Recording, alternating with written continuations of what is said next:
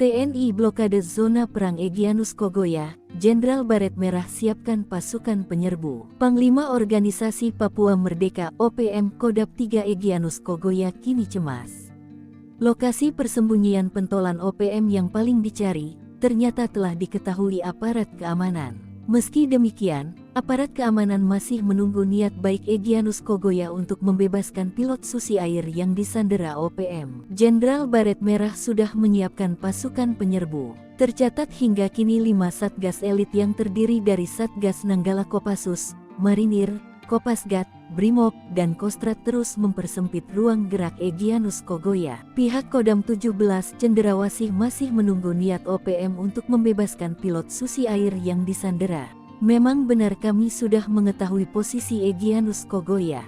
Kami masih berharap agar Egyanus Kogoya membebaskan sandera yang ditawannya sejak tanggal 7 Februari lalu, kata Pangdam 17 Cenderawasih Majen TNI Izak Pangemanan dikutip dari Antara di Jayapura, Papua, Senin tanggal 4 September tahun 2023 lalu. Menurut Izak, penyanderaan terhadap pilot bernama Philip Mark Mehartens itu masih menimbulkan kekhawatiran kondisi keamanan masyarakat Nduga. Tidak sulit bagi TNI Polri untuk menghancurkan mereka KKB, namun itu tidak dilakukan, tegas Izak. Egyanus Kogoya kini tak berani lagi beraksi di wilayah Nduga setelah 2 anak buahnya ditembak pasukan Koops TNI Habema di Nduga, Papua Pegunungan. Kepala Penerangan Koops TNI Habema Letkol Aryogi Nugroho mengatakan pihaknya melumpuhkan kedua anggota OPM tersebut di distrik Paro, Nduga, Jumat tanggal 19 April tahun 2024. Kedua anggota OPM itu melarikan diri ke dalam hutan. Meski kedua anggota OPM tersebut kabur,